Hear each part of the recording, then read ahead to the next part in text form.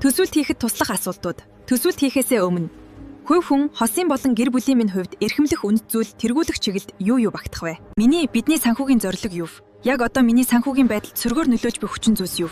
Сүүлийн 3 сар эсвэл 6 сарын хугацаанд бид хэрэг мөнгийг зарцуулсан бэ? Өөрчлөхөд бэрхшээлтэй бидний тогтмол зардлууд аль нь вэ? Энэ сард нэг удаагийн өндөр дүнтэй зардал гаргасах. Бидний дараагийн сарын зарцуулалтын нийт дүн хэд байх вэ? Үлдэгдэл мөнгөө хэрхэн зарцуулах, менежмент хийх вэ? Тавьсан зорилгодоо хүрэхийн тулд бид ямар өөрчлөлт хийх шаардлагатай байна вэ? Бид хэрхэн тууштай байх вэ? Бид хамтдаа. Бидний хувьд хэр санхүүгийн сахилга баттай байгаа вэ? Ямар буруу зуршилтай байна вэ? Юун дээр илүү алдаж байна вэ?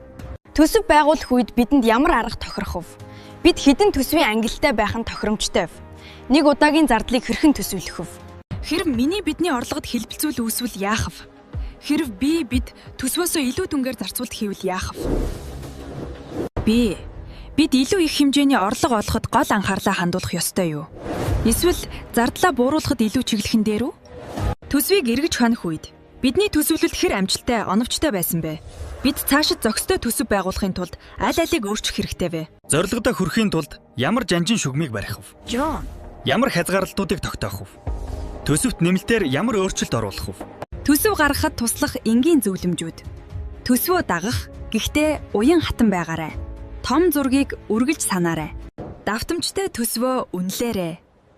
Өөрийгөө урамшуулж байгаарай.